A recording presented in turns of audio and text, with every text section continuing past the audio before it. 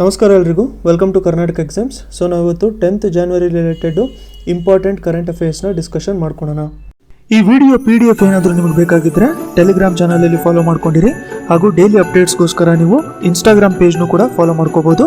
ಎರಡರದ್ದು link ನಾನು ಡಿಸ್ಕ್ರಿಪ್ಷನಲ್ಲಿ provide ಮಾಡ್ಕೊಂಡಿರ್ತೀನಿ. ಇನ್ನು ನೀವು ಯೂಟ್ಯೂಬ್ ಚಾನಲ್ನ ಸಬ್ಸ್ಕ್ರೈಬ್ ಮಾಡ್ಕೊಂಡಿಲ್ಲ ಅಂತಂದರೆ ಚಾನಲ್ನ ಸಬ್ಸ್ಕ್ರೈಬ್ ಮಾಡ್ಕೊಂಡಿರಿ. ಹಾಗೆ ಬೆಲ್ ಐಕಾನ್ನು ಕೂಡ ಪ್ರೆಸ್ ಮಾಡ್ಕೊಂಡಿರಿ, ಅಂತಂದರೆ ನಾನು ಹೊಸ ವಿಡಿಯೋ ಹಾಕಿದ ತಕ್ಷಣ ನಿಮಗೆ ನೋಟಿಫಿಕೇಶನ್ ಬಂದ್ಬಿಟ್ಟಿರುತ್ತೆ. ಡಿಸ್ಕಷನ್ ಸ್ಟಾರ್ಟ್ ಮಾಡ್ಕೊಳ್ಳೋಕ್ಕಿಂತ ಮುಂಚೆ ನಾವು ಫಸ್ಟು ಟಾಪಿಕ್ಸ್ ನೋಡ್ಕೊಳ್ಳೋಣ. ಯಾವ್ಯಾವ ಟಾಪಿಕ್ಸ್ ನಾವು 10th January ರಿಲೇಟೆಡ್ ಡಿಸ್ಕಸ್ ಮಾಡ್ಕೊತೀವಿ ಅಂತ. ಫಸ್ಟನ್ನು ನಾವು ನೋಡ್ಕೋಬೇಕು ಅಂತಂದರೆ ಎಕ್ಸ್ಕ್ಯಾಲಿಬರ್ ಟೆಲಿಸ್ಕೋಪ್ ಯಾರು ಲಾಂಚ್ ಮಾಡಿರೋಂಥದ್ದು, ಯಾಕೆ ಇದು ಸ್ಪೆಷಲ್ ಟೆಲಿಸ್ಕೋಪು, ಏನಿದ್ರ ಫೀಚರು ಅಂತ ನೋಡ್ಕೊಳ್ಳೋಣ. ಸೆಕೆಂಡ್ ಒಂದು ಬಂದ್ಬಿಟ್ಟು ವೇಲಾ X1 ಅಂತಂದರೆ ಏನು, ಇದೊಂದು ನ್ಯೂಟ್ರಾನ್ ಸ್ಟಾರು. ಸೊ ವೇಲಾ X1ಗೂ ಮತ್ತು ಎಕ್ಸ್ಕ್ಯಾಲಿಬರ್ ಟೆಲಿಸ್ಕೋಪಿಗೂ ಏನು ಲಿಂಕ್ ಇದೆ ಅದನ್ನು ನೋಡ್ಕೊಳ್ಳೋಣ. ಅದಾದಮೇಲೆ ಥರ್ಡ್ ಒಂದು ಬಂದ್ಬಿಟ್ಟು ರಿನ್ಯೂವೇಬಲ್ಸ್ 2018 ಅಂತ ಹೇಳ್ಬಿಟ್ಟು ಗ್ಲೋಬಲ್ ಸ್ಟೇಟಸ್ ರಿಪೋರ್ಟ್ನ ರಿಲೀಸ್ ಮಾಡಿದ್ದಾರೆ. ಸೊ ಈ ಸ್ಟೇಟಸ್ ರಿಪೋರ್ಟ್ ಏನು ಹೇಳ್ತಾ ಇದೆ, ಇಂಡಿಯಾದ ರ್ಯಾಂಕಿಂಗ್ಸ್ ಏನೇನಿದೆ ಅಂತ ನೋಡ್ಕೊಳ್ಳೋಣ. ಫೋರ್ತ್ ಒಂದು ಬಂದ್ಬಿಟ್ಟು ನಾವು ಒಂದು ಆರ್ಗನೈಸೇಷನ್ ಬಗ್ಗೆ ನೋಡ್ಕೊಳ್ಳೋಣ. ಅದೇನು ಅಂತಂದರೆ ಸೈಟ್ಸ್ ಕನ್ವೆನ್ಷನ್ ಅಂತ. ಸೊ ಇವಾಗ ಹತ್ತಿರದಲ್ಲಿ ಬೇರೆ ಎಲ್ಲ ಎಕ್ಸಾಮ್ಸು ಇರೋದ್ರಿಂದ ಒಂದೊಂದು ಆರ್ಗನೈಸೇಷನ್ನು ನಾವು ಆಲ್ಮೋಸ್ಟ್ ಕವರ್ ಮಾಡ್ಕೊಳ್ಳೋಕ್ಕೆ ಟ್ರೈ ಮಾಡ್ತಾರಣ. ಅಕಸ್ಮಾತ್ ಏನಾದ್ರು ಕರೆಂಟ್ ಅಫೇರ್ಸಲ್ಲಿ ಬಂದಿಲ್ಲ ಅಂತಂದರೆ ಅದನ್ನು ಇದೇ ಥರ ಇನ್ಕ್ಲೂಡ್ ಮಾಡಿಕೊಂಡು ಲಾಸ್ಟಲ್ಲಿ ನಾವು ಹೈಡ್ರೇಟ್ಸ್ ಬಗ್ಗೆ ನೋಡ್ಕೊಳ್ಳೋಣ. ಯಾವ ಹೈಡ್ರೇಟ್ಸ್ ಅಂತ ಹೇಳ್ಬಿಟ್ಟು ನೋಡ್ಕೋಬೇಕು ಅಂತಂದರೆ ಆನ್ಸರು ಗ್ಯಾಸ್ ಹೈಡ್ರೇಟ್ಸ್ ಅಂದರೆ ಏನು, ಅದರ ಫೀಚರ್ ಏನು, ಅದನ್ನೆಲ್ಲ ನೋಡ್ಕೊಂಡಿರೋಣ. ಸೊ ಇವತ್ತು ನಮಗೆ ತುಂಬಾ ಜಾಸ್ತಿ science and technology related topics ಇದ್ದಾವೆ, ಒಂದೊಂದೇ ಡಿಸ್ಕಷನ್ ಮಾಡ್ಕೊಳ್ಳೋಣ ನಾವು ಇವಾಗ. ಸೊ ಫಸ್ಟ್ ಒಂದು ಬಂದ್ಬಿಟ್ಟು ನಾವು ಎಕ್ಸ್ಕ್ಯಾಲಿಬರ್ ಟೆಲಿಸ್ಕೋಪ್ ಬಗ್ಗೆ ನೋಡ್ಕೊಳ್ಳೋಣ. ಎಕ್ಸ್ಕ್ಯಾಲಿಬರ್ ಟೆಲಿಸ್ಕೋಪ್ ನೋಡಿ ಈ ಥರ ಲಾಂಚ್ ಮಾಡಿದ್ದಾರೆ. ಎಲ್ಲಿಂದ ಲಾಂಚ್ ಮಾಡಿದ್ದಾರೆ ಅಂತಂದರೆ ಆನ್ಸರ್ ಬಂದ್ಬಿಟ್ಟು ಅಂಟಾರ್ಕ್ಟಿಕಾಯಿಂದ ಲಾಂಚ್ ಮಾಡಿದ್ದಾರೆ. ಯಾಕೆ ಸ್ಪೆಷಲ್ಲು ಇದು ಅಂತಂದರೆ ಇದನ್ನು ನೋಡಿ ಒಂದು ಹೀಲಿಯಂ ಬಲೂನ್ನ ಯೂಸ್ ಮಾಡಿಕೊಂಡು ಲಾಂಚ್ ಮಾಡಿದ್ದಾರೆ. ನೋಡಿ ಈ ಥರ ಒಂದು ಹೀಲಿಯಂ ಬಲೂನಲ್ಲಿ ಕೆಳಗಡೆ ಅಟ್ಯಾಚ್ ಮಾಡಿಬಿಟ್ಟು ಲಾಂಚ್ ಮಾಡಿದ್ದಾರೆ.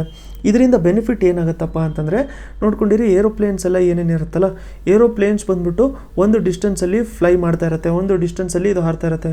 ಏರೋಪ್ಲೇನ್ ಥರ ಕಾಣ್ತಾ ಇಲ್ಲ ಅಂತಂದ್ರೂ ಕೂಡ ಅದೇ ಥರ ಅಂದ್ಕೊಂಡಿರಿ.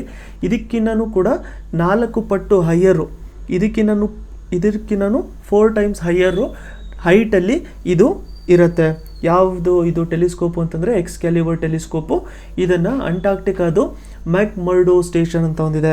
ಸೊ ಅಂಟಾರ್ಕ್ಟಿಕಾದು ಯಾವ ಸ್ಟೇಷನ್ ಅಂತ ಕೇಳಿದ್ರೆ ಮ್ಯಾಕ್ಮರ್ಡೋ ಸ್ಟೇಷನಿಂದ ಲಾಂಚ್ ಮಾಡಿರೋವಂಥದ್ದು. ಸೊ 1,30,000 ಫೀಟು ಹೈಟಲ್ಲಿ ಇದು 1,30,000 ಫೀಟ್ ಹೈಟಲ್ಲಿ ಇದು ಇರುತ್ತೆ.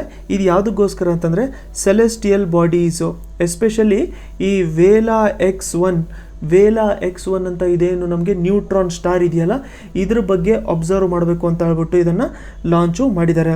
ಸೊ ಮೋಸ್ಟ್ ಇಂಪಾರ್ಟೆಂಟ್ ಪಾಯಿಂಟ್ ಏನು ಅಂತಂದರೆ ಎಲ್ಲಿಂದ ಲಾಂಚ್ ಮಾಡಿರೋವಂಥದ್ದು ಇದನ್ನು, ಮತ್ತು ಹೀಲಿಯಂ ಇದು ಬಲೂನ್ ಏನಿದೆಯಲ್ಲ, ಹೀಲಿಯಂ ಬಲೂನಿಂದ ಇದನ್ನು ಲಾಂಚ್ ಮಾಡಿರೋದು ಅನ್ನೋದು most important points. So Excalibur telescope ಯಾವ ಕಂಟ್ರಿ ಲಾಂಚ್ ಮಾಡಿರೋದು ಅಂತ ಕೇಳಿದ್ರೆ ಯುನೈಟೆಡ್ ಸ್ಟೇಟ್ಸು. ಅಂಟಾರ್ಕ್ಟಿಕಾದು ಮ್ಯಾಕ್ಮರ್ಡೋ ಸ್ಟೇಷನಿಂದ ಇದನ್ನು ಲಾಂಚ್ ಮಾಡಿದ್ದಾರೆ. ಒಂದು ಹೀಲಿಯಂ ಬಲೂನಲ್ಲಿ ಇದನ್ನು ಲಾಂಚ್ ಮಾಡಿರೋದು. ಸೊ 1,30,000 ಫೀಟಷ್ಟು ಹೈಟಲ್ಲಿ ಹೋಗಿರುತ್ತದು. ನ್ಯೂಟ್ರಾನ್ ಸ್ಟಾರ್ ವೇಲಾ X1ನ ಅಬ್ಸರ್ವ್ ಮಾಡ್ಕೋಬೇಕು ಅಂತ ಹೇಳ್ಬಿಟ್ಟು ಇದನ್ನು ಲಾಂಚ್ ಮಾಡಿರೋವಂಥದ್ದು. ಸೊ ನ್ಯೂಟ್ರಾನ್ ಸ್ಟಾರ್ ಅಂತಂದ್ರೆ ಏನು, ಇವಾಗ ಬ್ಲ್ಯಾಕ್ ಹೋಲ್ ಇರುತ್ತಲ್ಲ, ಬ್ಲ್ಯಾಕ್ ಹೋಲ್ಗೆ ಏನಿರುತ್ತೆ ಅಂತಂದರೆ ರೇಡಿಯಸ್ ಏನಿರುತ್ತಲ್ಲ, ಎಕ್ಸಾಂಪಲ್ ಇದೇ ಬ್ಲ್ಯಾಕ್ ಹೋಲ್ ಅಂತ ಅಂದ್ಕೊಂಡ್ರೆ ಈ ರೇಡಿಯಸ್, ಎಕ್ಸಾಂಪಲು ಬ್ಲ್ಯಾಕ್ ಹೋಲ್ ಅಂತಂದರೆ ಇದು ಅರ್ಧ ಡಿಸ್ಟೆನ್ಸ್, ಇದನ್ನು ನಾವೇನಂತ ಕರಿತೀವಿ, ರೇಡಿಯಸ್ ಅಂತ ಕರಿತೀವಲ್ಲ.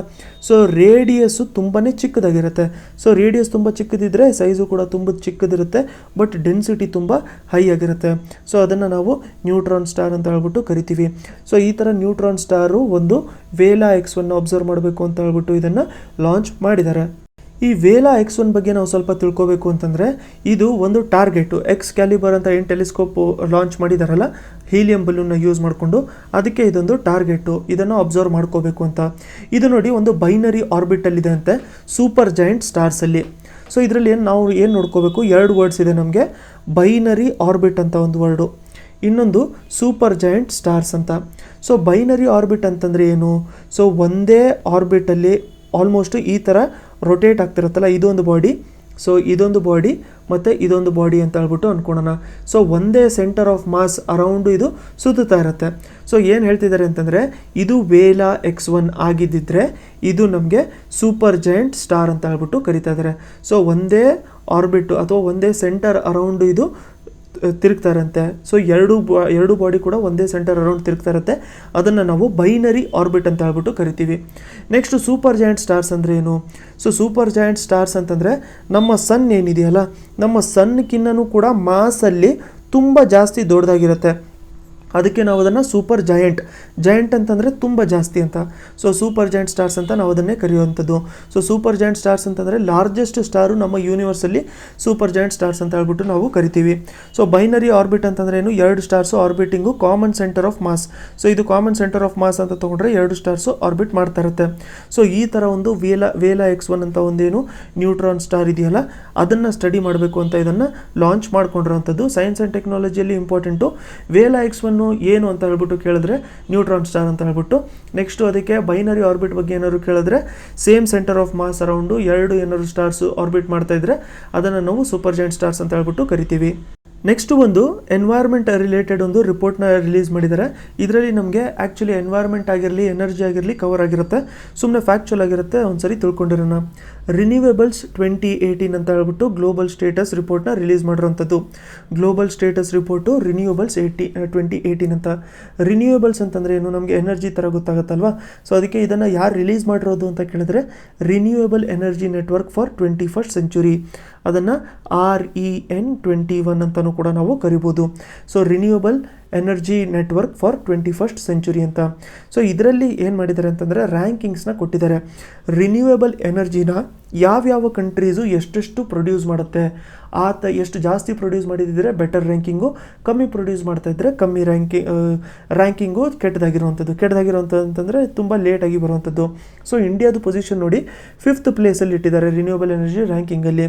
ಸೊ ಈ 5th ಪೊಸಿಷನಲ್ಲಿ ಹೈಡ್ರೋ ಪವರ್ನ ನಾವು ಇನ್ಕ್ಲೂಡ್ ಮಾಡಿಕೊಂಡ್ರೆ, ಸೊ ಹೈಡ್ರೋ ಪವರ್ನ ನಾವೇನಾದ್ರು ತೆಗೆದುಬಿಟ್ರೆ 4th ಪೊಸಿಷನ್ನಲ್ಲಿದೆ ಅಂತೆ. ಇಂಡಿಯಾ 4th ಪೊಸಿಷನ್ನಲ್ಲಿದೆ ಇಡೀ ವರ್ಲ್ಡಲ್ಲಿ ರಿನ್ಯೂವೇಬಲ್ ಎನರ್ಜಿ ಪ್ರೊಡ್ಯೂಸ್ ಮಾಡೋದ್ರಲ್ಲಿ. ಬಟ್ ಈ ಡೇಟಾ ತೊಗೊಂಡಿರೋವಂಥದ್ದು 2017ವರೆಗೂ ಕೊಟ್ಟಿರೋಂಥ ಡೇಟಾ ಅಷ್ಟೇ.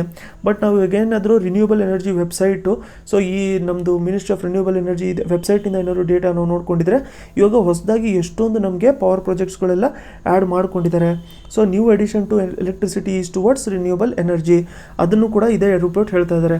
ಅಂತಂದರೆ ನಮಗೆ ಇವಾಗ ಏನು ಹೊಸದಾಗಿ ಎನರ್ಜಿ ಪ್ರಿಪೇರ್ ಮಾಡ್ತಾ ಇದ್ದಾರಲ್ಲ, ಸೊ ಹೊಸದಾಗಿ ಏನು ಎಲೆಕ್ಟ್ರಿಸಿಟಿ ಜನ್ರೇಟ್ ಮಾಡ್ತಾ ಇದ್ದಾರೆ, ಆ ಜನ್ರೇಟ್ ಮಾಡ್ಕೊಂಡಿರೋಂಥದ್ರಲ್ಲಿ ತುಂಬ ಜಾಸ್ತಿ ಪ್ರಪೋರ್ಷನ್ ಬಂದ್ಬಿಟ್ಟು ರಿನ್ಯೂವೇಬಲ್ ಎನರ್ಜಿದೇ ಆಗಿದೆ ಅಂತ. ರಿನ್ಯೂವೇಬಲ್ ಎನರ್ಜಿ ಅಂತಂದರೆ ಎಕ್ಸಾಂಪಲು ಸೋಲಾರ್ ಆಗಿರ್ಬೋದು, ವಿಂಡ್ ಆಗಿರ್ಬೋದು, ಯಾವಾಗಲೂ ಕೂಡ ನಮ್ಮ ಎನ್ವೈರ್ಮೆಂಟಲ್ಲಿ ಕಂಟಿನ್ಯೂಸ್ ಆಗಿ ಇರುತ್ತಲ್ಲ, ವಾಪಸ್ಸು ಜನ್ರೇಟ್ ಮಾಡ್ಬೋದು, ಅದನ್ನು ನಾವು ರಿನ್ಯೂ ಮಾಡೋದು ಅಂತ ಹೇಳ್ಬಿಟ್ಟು ಕರಿತೀವಿ. ಸೊ ನಾವಾಗ ಲೈಸೆನ್ಸು ನಮ್ಮದು ಅಥವಾ ಇನ್ಶೂರೆನ್ಸ್ ಎಕ್ಸ್ಪೈರ್ ಆದರೆ ನಾವೇನು ಮಾಡ್ಕೊತೀವಿ? ರಿನ್ಯೂ ಮಾಡ್ಕೊತೀವಿ. ನಾನ್ ರಿನ್ಯೂ ಅಂತಂದರೆ ಒಂದ್ಸರಿ ಎಕ್ಸ್ಪೈರ್ ಆಗೋಗ್ಬಿಟ್ರೆ ಆಗಲ್ಲ ರಿನ್ಯೂ ಮಾಡ್ಕೊಳ್ಳೋಕ್ಕೆ. ಸೊ ನಮ್ಮ ಮಿನಿಸ್ಟ್ರಿದು ನಾವೇನಾದ್ರು ವೆಬ್ಸೈಟ್ ನೋಡಿಕೊಂಡ್ರೆ ಟೋಟಲ್ ರಿನ್ಯೂವೇಬಲ್ ಎನರ್ಜಿ ಕೆಪಾಸಿಟಿ ಇಂಡಿಯಾದಲ್ಲಿ 73.35 ಗಿಗಾವ್ಯಾಟ್ಸ್ ಇದೆ ಆ್ಯಸ್ ಆಫ್ ಅಕ್ಟೋಬರ್ 2018 ಅಂತ ಹೇಳ್ಬಿಟ್ಟು ಹೇಳ್ತಾ ಇದ್ದಾರೆ. 2018 ಅಕ್ಟೋಬರ್ವರೆಗೂ ನಾವೇನಾದ್ರು ಟೈಮ್ ತೊಗೊಂಡ್ರೆ ಸೊ 73.35 ಗಿಗಾವ್ಯಾಟ್ಸ್ ಇದೆ ನಮ್ಮ ಕೆಪಾಸಿಟಿ. ಸೊ ಇದರಲ್ಲಿ ಡಿಸ್ಟ್ರಿಬ್ಯೂಷನ್ ಯಾವ ಥರ ಇದೆ ಅಂತಂದರೆ ವಿಂಡ್ ಎನರ್ಜಿದು 35, ಸೋಲಾರ್ ಎನರ್ಜಿದು 24, ಹೈಡ್ರೋ ಪವರಿಂದು 4.5.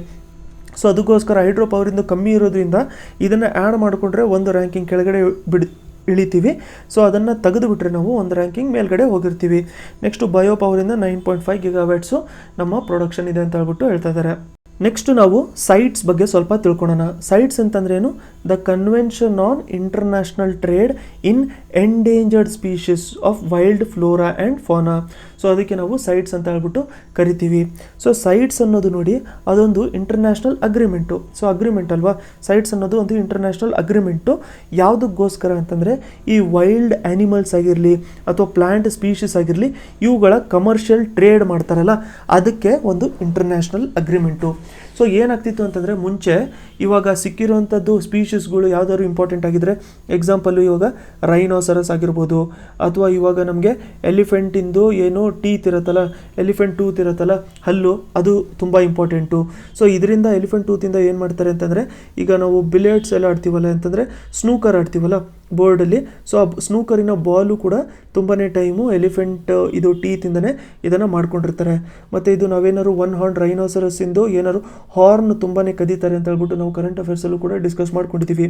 ಸೊ ಇದು ಹಾರ್ನಿಂದ ಏನಾಗುತ್ತೆ ಅಂತಂದರೆ, ಈ ಹಾರ್ನ್ ಅವರು ಕದ್ಕೊಂಡು ಹೋಗೋದ್ರಿಂದ ಅದನ್ನು ಅವರು ಚೈನಾದಲ್ಲಿ ತುಂಬ ಯೂಸ್ ಮಾಡ್ತಾರೆ. ಯಾಕಂತಂದರೆ ಚೈನೀಸ್ ಮೆಡಿಸಿನು ಕೂಡ ಅದೇ ಥರ ಹೇಳುತ್ತೆ, ಇದನ್ನು ನೀವು ಕನ್ಸ್ಯೂಮ್ ಮಾಡಿಕೊಂಡ್ರೆ ನಿಮಗೆ ಇರುವಂಥದ್ದು ಕಾಯಿಲೆ ಎಲ್ಲ ಹೋಗುತ್ತೆ ಅಂತ. ಸೊ ಈ ಥರದ್ದು ಇಲ್ಲಿಗಲ್ ಆಗಿ ಕಮರ್ಷಿಯಲ್ ಆಗಿ ಟ್ರೇಡು ಕೂಡ ತುಂಬ ಜಾಸ್ತಿ ಮಾಡೋಕ್ಕೆ ಸ್ಟಾರ್ಟ್ ಮಾಡ್ಕೊಂಡ್ಬಿಟ್ಟಿದ್ರು. ಸೊ ಈ ಕಮರ್ಷಿಯಲ್ ಟ್ರೇಡಿಂದ ಏನಾಗ್ತಿತ್ತು ಅಂತಂದರೆ, ವೈಲ್ಡ್ ಆ್ಯನಿಮಲ್ಸು, ಪ್ಲ್ಯಾಂಟ್ ಸ್ಪೀಷೀಸು ಕಮ್ಮಿ ಆಗೋಕ್ಕೆ ಸ್ಟಾರ್ಟ್ ಆಗೋಯಿತು. ಸೊ ಎಂಡೇಂಜರ್ಡ್ ಕ್ಯಾಟಗರಿಗೆಲ್ಲ ಹೋಗೋಕ್ಕೆ ಸ್ಟಾರ್ಟ್ ಆಗೋಗ್ಬಿಟ್ಟಿತ್ತು. ಸೊ ಅದಕ್ಕೋಸ್ಕರ ಈ ಥರ ಒಂದು ಅಗ್ರಿಮೆಂಟ್ನ ಮಾಡ್ಕೊಂಡಿದ್ರು ರೆಗ್ಯುಲೇಟ್ ಮಾಡೋಕ್ಕೋಸ್ಕರ. ಯಾವಾಗ ಸ್ಟಾರ್ಟ್ ಮಾಡಿದ್ರು ಇದನ್ನು ಅಂತಂದರೆ ಮಾರ್ಚ್ 3, 1973. ಇದನ್ನು UNEP ಅಂತಂದರೆ ಯುನೈಟೆಡ್ ನೇಷನ್ಸ್ ಎನ್ವೈರ್ಮೆಂಟ್ ಪ್ರೋಗ್ರಾಮೇ ಅಡ್ಮಿನಿಸ್ಟರ್ ಮಾಡ್ತಾ ಇರುತ್ತೆ, ಅದೇ ನೋಡಲ್ ಏಜೆನ್ಸಿ. ಇದಕ್ಕೆ ಹೆಡ್ ಕ್ವಾರ್ಟರ್ ಬಂದ್ಬಿಟ್ಟು ಜೆನೆವಾ, ಸ್ವಿಟ್ಜರ್ಲ್ಯಾಂಡಲ್ಲಿದೆ. ಸೈಟ್ಸ್ ಬಂದ್ಬಿಟ್ಟು ಒಂದು ಲೀಗಲಿ ಬೈಂಡಿಂಗು ಅಂತಂದರೆ ಈ ಅಗ್ರಿಮೆಂಟ್ನ ಯಾವುದಾದ್ರೂ ದೇಶ ಸೈನ್ ಮಾಡ್ಕೊಂಡಿದ್ದು, ಯಾವುದಾದ್ರೂ ವೈಲ್ಡ್ ಆ್ಯನಿಮಲಿನ ಟ್ರಾನ್ಸ್ಪೋರ್ಟ್ ಅಥವಾ ಕಮರ್ಷಿಯಲ್ ಟ್ರೇಡ್ ಮಾಡಬಾರ್ದು ಅಂತ ಹೇಳ್ಬಿಟ್ಟು ಏನಾದ್ರು ಬರೆದಿದ್ದು, ಆ ಕಂಟ್ರಿ ಏನಾದ್ರು ಟ್ರಾನ್ಸ್ಪೋರ್ಟ್ ಮಾಡೋಕ್ಕೆ ಸ್ಟಾರ್ಟ್ ಮಾಡ್ಕೊಂಡ್ಬಿಟ್ಟಿದ್ರೆ ಅವ್ರ ಮೇಲೆ ಲೀಗಲಿ ಸ್ಟೆಪ್ಸ್ ತೊಗೊಳ್ಳೋವಂಥದ್ದು ಪ್ರಾವಿಷನ್ ಕೂಡ ಇದರಲ್ಲಿ ಇರುತ್ತೆ. ಆ ಥರ ಅಗ್ರಿಮೆಂಟಿಗೆ ನಾವು ಲೀಗಲಿ ಬೈಂಡಿಂಗ್ ಅಂತ ಹೇಳ್ಬಿಟ್ಟು ಕರಿತೀವಿ. ಸೊ ಸೈಟ್ಸು ಕೂಡ ಒಂದು ಲೀಗಲಿ ಬೈಂಡಿಂಗು. ಇದಕ್ಕಿಂತ ಮುಂಚೆ ನಾವು ಕನ್ವೆನ್ಷನ್ ಆನ್ ಬಯೋಲಾಜಿಕಲ್ ಡೈವರ್ಸಿಟಿ ಅಂತಲೂ ಕೂಡ ನೋಡ್ಕೊಂಡಿದ್ದೀವಿ, ಅದು ಕೂಡ ಲೀಗಲಿ ಬೈಂಡಿಂಗು. ನೆಕ್ಸ್ಟ್ ನಾವು ಗ್ಯಾಸ್ ಹೈಡ್ರೇಟ್ಸ್ ಬಗ್ಗೆ ಡಿಸ್ಕಸ್ ಮಾಡ್ಕೊಳ್ಳೋಕ್ಕಿಂತ ಮುಂಚೆ ಅದರ ಬಗ್ಗೆ ಸ್ವಲ್ಪ ಬೇಸಿಕ್ಸ್ನ ತಿಳ್ಕೊಂಡ್ಬಿಟ್ರೋಣ. ಇವಾಗ ನಾವು ನೀರನ್ನ ಕೂಲ್ ಮಾಡಿದ್ರೆ ಏನಾಗುತ್ತೆ, ಸೊ 0 ಡಿಗ್ರಿ ಸೆಲ್ಸಿಯಸ್ವರೆಗೂ ಕೂಲ್ ಮಾಡಿದ್ರೆ ಏನಾಗುತ್ತೆ ಅಂತಂದರೆ ನೀರು ನಮಗೆ ಐಸ್ ಆಗೋಗ್ಬಿಟ್ಟಿರತ್ತೆ ಅಲ್ವಾ. ಇದಂತೂ ಎಲ್ಲರಿಗೂ ಗೊತ್ತಿರತ್ತೆ ನಮಗೆ. ಸೊ ನೀರು ಏನಾಗೋಗ್ಬಿಟ್ಟಿರತ್ತೆ, ಐಸ್ ಆಗೋಗ್ಬಿಟ್ಟಿರತ್ತೆ. ಬಟ್ ಇದು ಐಸಿನ ಸ್ಟ್ರಕ್ಚರ್ಗಳು ಒಂದೊಂದು ಟೈಮು ಬೇರೆ ಬೇರೆ ಥರ ಇರುತ್ತೆ. ಯಾವುದರ ಬೇಸಿಸ್ ಮೇಲೆ ಅಂತಂದರೆ, ಯಾವ ಥರ ಇದರಲ್ಲಿ ಗ್ಯಾಸ್ ಮಾಲಿಕ್ಯೂಲ್ಸ್ ಇರ್ತವೆ ಅದರ ಬೇಸಿಸ್ ಮೇಲೆ ಐಸ್ಗಳ ಸ್ಟ್ರಕ್ಚರು ಬೇರೆ ಬೇರೆ ಥರ ಇರುತ್ತೆ. ಎಕ್ಸಾಂಪಲು, ಇದು ಐಸ್ ಇದೆ ಅಂತ ಹೇಳ್ಬಿಟ್ಟು ನೋಡ್ಕೊಳ್ಳೋಣ ನಾವು.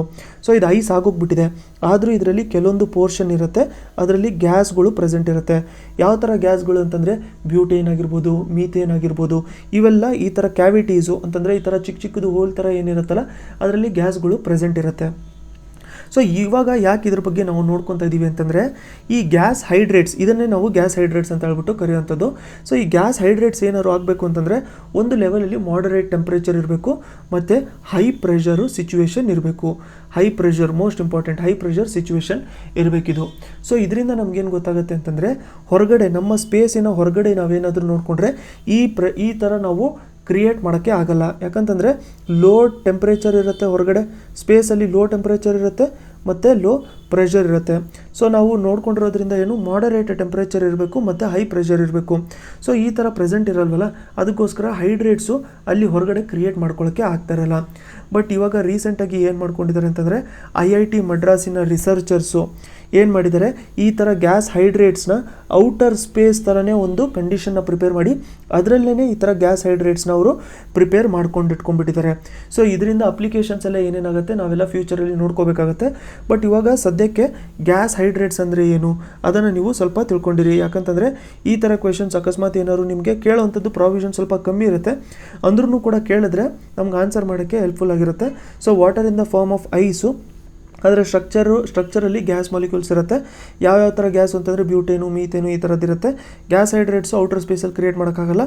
ಬಟ್ ಇವಾಗ ಈ ಥರ ಔಟರ್ ಸ್ಪೇಸಲ್ಲಿ ಕ್ರಿಯೇಟ್ ಮಾಡೋವಂಥದ್ದು ಪ್ರಾವಿಷನ್ನು ಕೂಡ ಮಾಡ್ಕೊಂಡಿದ್ದಾರೆ. ಅವರೇ ಆ ಥರ ಒಂದು ಎನ್ವೈರ್ಮೆಂಟು ಅಥವಾ ಅಟ್ಮಾಸ್ಫಿಯರ್ನ ಕ್ರಿಯೇಟ್ ಮಾಡಿಕೊಂಡು ಅವರೇ ಕ್ರಿಯೇಟ್ ಮಾಡ್ಕೊಂಡ್ಬಿಟ್ಟಿದ್ದಾರೆ IIT ಮಡ್ರಾಸಿನ ರಿಸರ್ಚರ್ಸು. ಸೊ ಇವತ್ತು ಕಮ್ಮಿ ಇತ್ತು ಕರೆಂಟ್ ಅಫೇರ್ಸು, ಸೊ ನಾನು ಅದಕ್ಕೆ ಇವಾಗ ಲೇಟಾಗಿ ಸ್ವಲ್ಪ ಕರೆಂಟ್ ಅಫೇರ್ಸ್ನ ಮಾಡಿದ್ದೀನಿ. ವಿಡಿಯೋ ಇಷ್ಟ ಆಗಿದ್ದಿದ್ರೆ ಥಮ್ಸ್ ಅಪ್ ಬಟನ್ನ ಪ್ರೆಸ್ ಮಾಡ್ಕೊಂಡಿರಿ. ಸಬ್ಸ್ಕ್ರೈಬ್ ಮಾಡ್ಕೊಂಡಿಲ್ಲ ಚಾನಲ್ಗೆ ಅಂತಂದರೆ ರೆಡ್ ಬಟನ್ನ ಪ್ರೆಸ್ ಮಾಡಿಕೊಂಡು ಸಬ್ಸ್ಕ್ರೈಬ್ ಮಾಡ್ಕೊಂಡಿರಿ. ಇದೇ ಥರ ವೀಡಿಯೋಸ್ ನಾನು ಕಂಟಿನ್ಯೂಸ್ ಆಗಿ ಹಾಕ್ತಾನೆ ಇರ್ತೀನಿ. ನೆಕ್ಸ್ಟ್ ಲೆಸನಲ್ಲಿ ಮತ್ತೆ ಸಿಗೋಣ. ಅನ್ಅಕಾಡೆಮಿಲೂ ಕೂಡ ನಾನು ಕಂಟಿನ್ಯೂಸ್ ಆಗಿ ಕೋರ್ಸಸ್ ಮಾಡ್ತಾಯಿದ್ದೀನಿ. ಇವತ್ತಿಗೆ ಆಲ್ಮೋಸ್ಟ್ 30 ಕೋರ್ಸಸ್ ಇದಾವೆ ಅದರಲ್ಲಿ. ಸೊ ನೀವು ಅನ್ಅಕಾಡೆಮಿ ಪ್ರೊಫೈಲ್ಗೆ ಹೋಗ್ಬಿಟ್ಟು ಅಲ್ಲಿ ದೀಪಕ್ ಚೌಹಾನ್ ಅಂತ ಹುಡುಕಿದ್ರೆ ಪ್ರೊಫೈಲ್ ಸಿಗುತ್ತೆ. ಅಲ್ಲಿ ನೀವು ಫಾಲೋ ಬಟನ್ನ ಪ್ರೆಸ್ ಮಾಡಿಕೊಂಡು ಫಾಲೋ ಮಾಡ್ಕೋಬೋದು. ಹಾಗಂತಂದರೆ ನೀವು ಇಲ್ಲಿ ಮಾಡಿರೋವಂಥದ್ದು ಕೋರ್ಸಸ್ಸಿಗೆ ಡೌನ್ಲೋಡು ಕೂಡ ಮಾಡ್ಕೋಬೋದು. ಇಷ್ಟೊತ್ತು ನೋಡಬೇಕು ಅಂತ ಇರುತ್ತೆ, ಅದನ್ನು ಕೂಡ ಡೌನ್ಲೋಡ್ ಮಾಡ್ಕೋಬೋದು. ಹಾಗೆ ಅದನ್ನು ಬಿಟ್ಟು ನಾನು ಸ್ಪೆಷಲ್ ಕ್ಲಾಸಸ್ಸು ಕೂಡ ಕಂಡಕ್ಟ್ ಮಾಡ್ತಾ ಇರ್ತೀನಿ. ಅಲ್ಲಿ ಸ್ಪೆಷಲ್ ಕ್ಲಾಸಸ್ ಕಂಡಕ್ಟ್ ಮಾಡ್ತಾ ಇರ್ತೀನಿ. ₹1 ಒಂದು ಸ್ಪೆಷಲ್ ಕ್ಲಾಸ್ ಇರುತ್ತೆ. ನೀವು ಅದನ್ನು ನೋಡ್ಕೊಂಡಿದ್ರೆ ಅಲ್ಲಿ ಆಲ್ಮೋಸ್ಟ್ 1 ಅವರಿಂದ ಒಂದು ಸೆಷನ್ ಮಾಡಿರ್ತೀನಿ. ಅದರಲ್ಲಿ ಕರೆಂಟ್ ಅಫೇರ್ಸು, ಒಂದು ವೀಕ್ಲಿ ಕರೆಂಟ್ ಅಫೇರ್ಸ್ ಆಗಿರಲಿ, ವೀಕ್ಲಿ ಎಡಿಟ್ ಟ್ಯೂಟೋರಿಯಲ್ಸ್ ಯಾವುದಾದ್ರು ಇಂಪಾರ್ಟೆಂಟ್ ಇರುತ್ತೆ ಅದ್ರ ಬಗ್ಗೆ ಡಿಸ್ಕಷನ್ ಮಾಡ್ತಾ ಇರ್ತೀನಿ. ನೀವು ಬೇಕಾದರೆ ಅದನ್ನು ಒಂದ್ಸರಿ ನೋಡ್ಕೊಂಡಿರ್ಬೋದು.